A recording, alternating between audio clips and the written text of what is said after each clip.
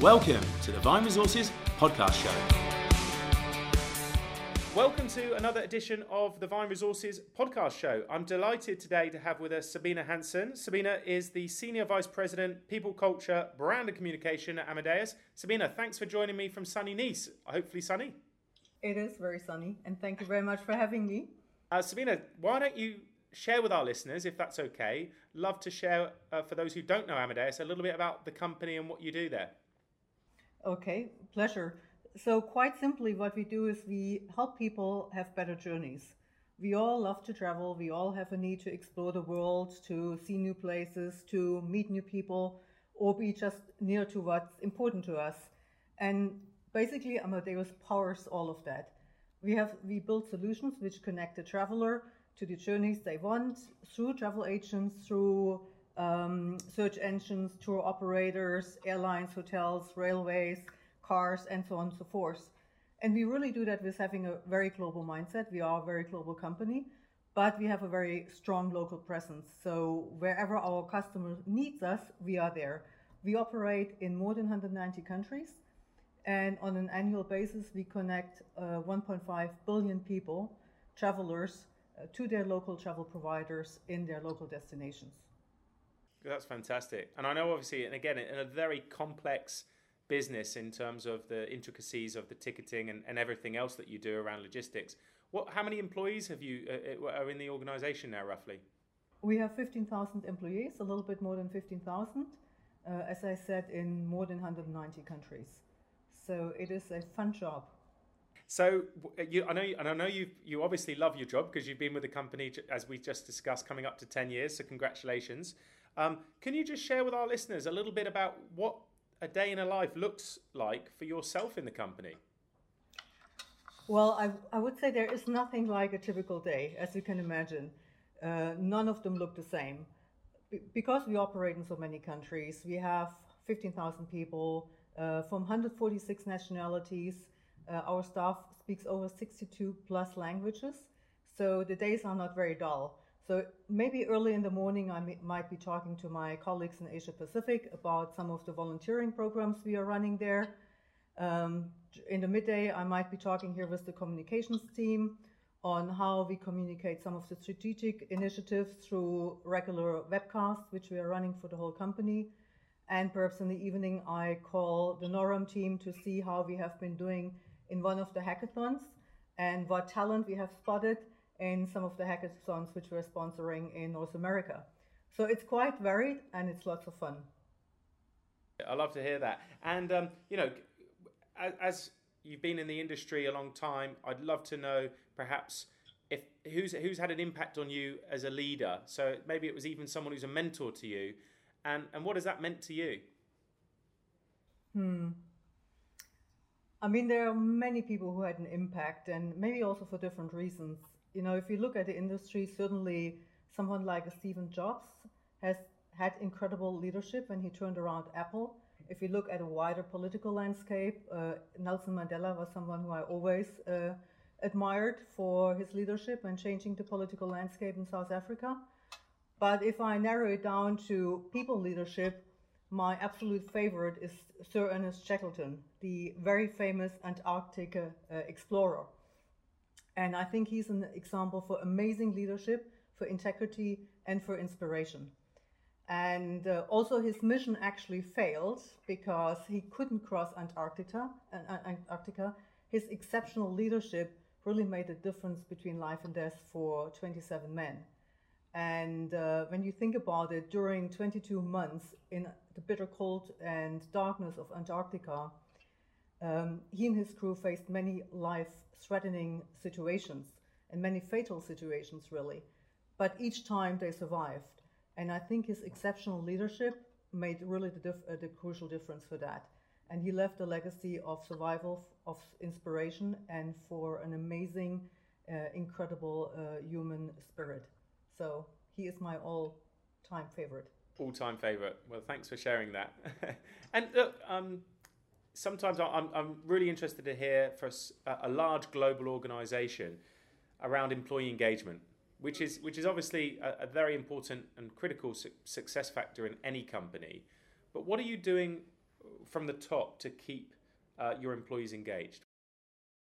That is super important for us. And I think it first starts with listening. So you have to listen what employees are telling you, especially at the top. So we are, of course, doing the normal formal engagement surveys, which we take very seriously, and we have great response rates. We have other forms of listening and engaging in dialogue, breakfast meetings, open doors, but also our internal communications are geared towards a dialogue and to receive feedback. Yeah. Then when you ask feedback, you have to listen on it.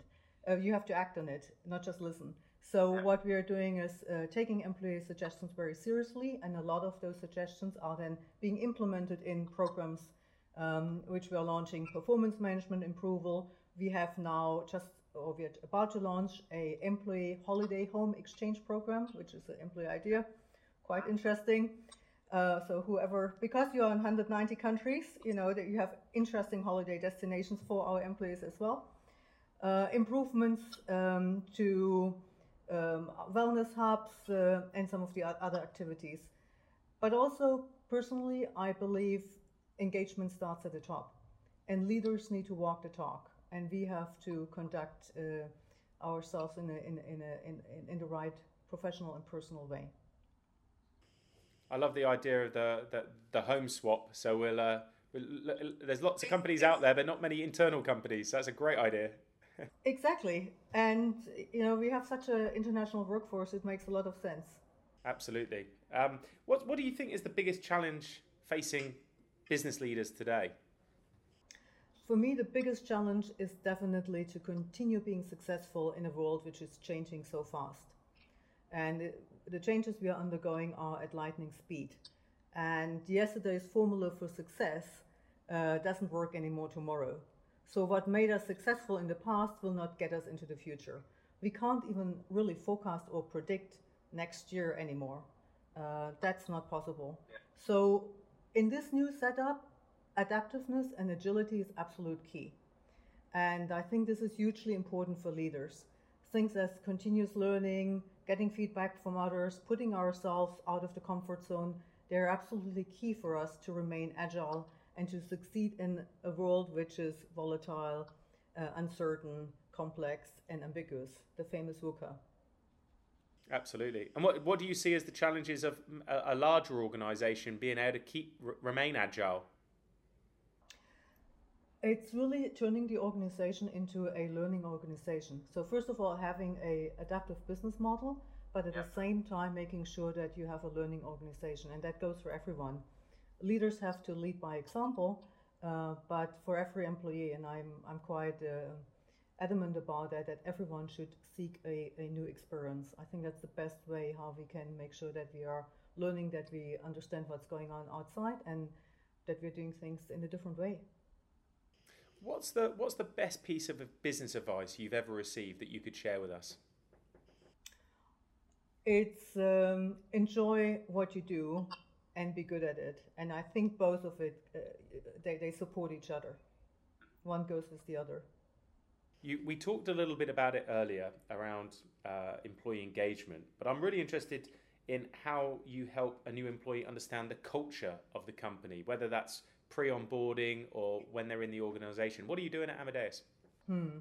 I mean, of course, we do the classical things. We have induction programs. We have plenty of social activities, from soccer club to basketball training to ski holidays with the entire family, and buddy programs to make newcomers feel part of the family. But I think importantly is also the cultural setup they're onboarding into.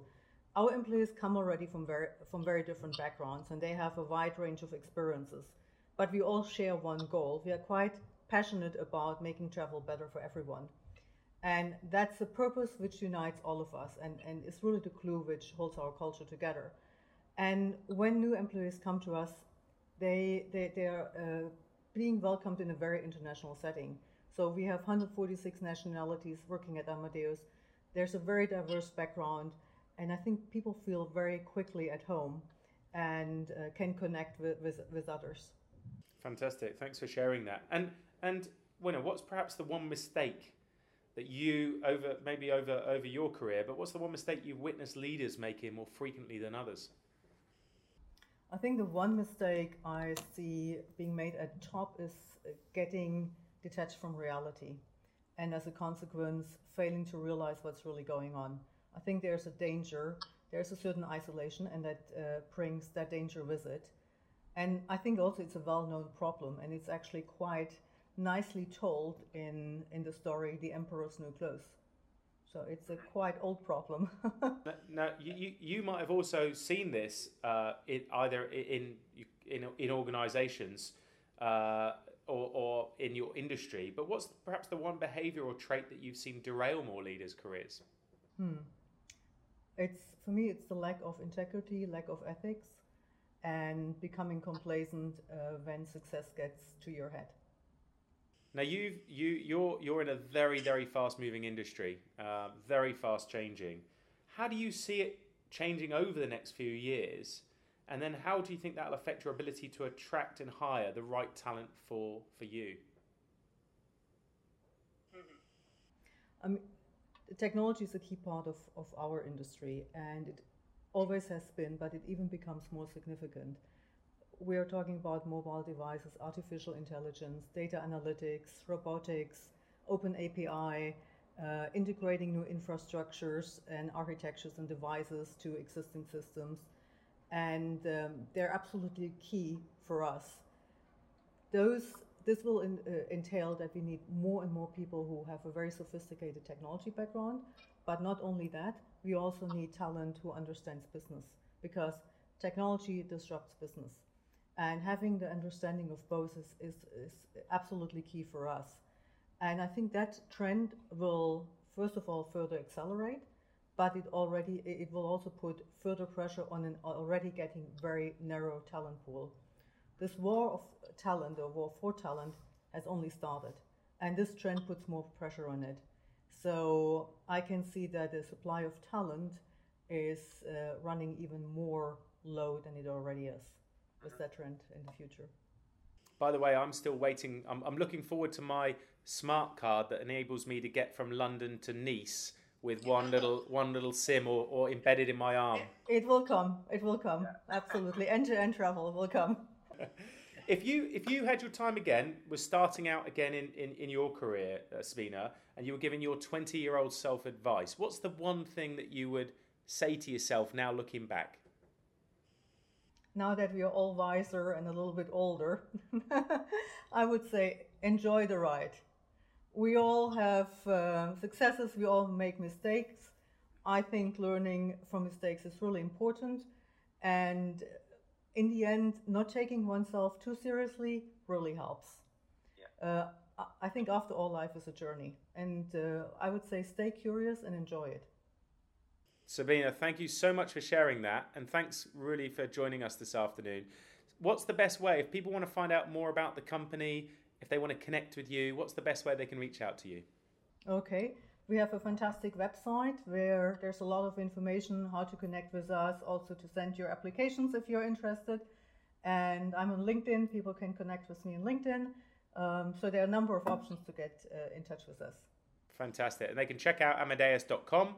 And of course, connect with you on LinkedIn if Sabine Hansen.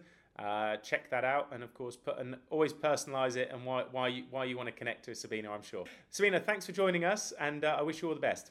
Thank you so much for having me, David. Thank you.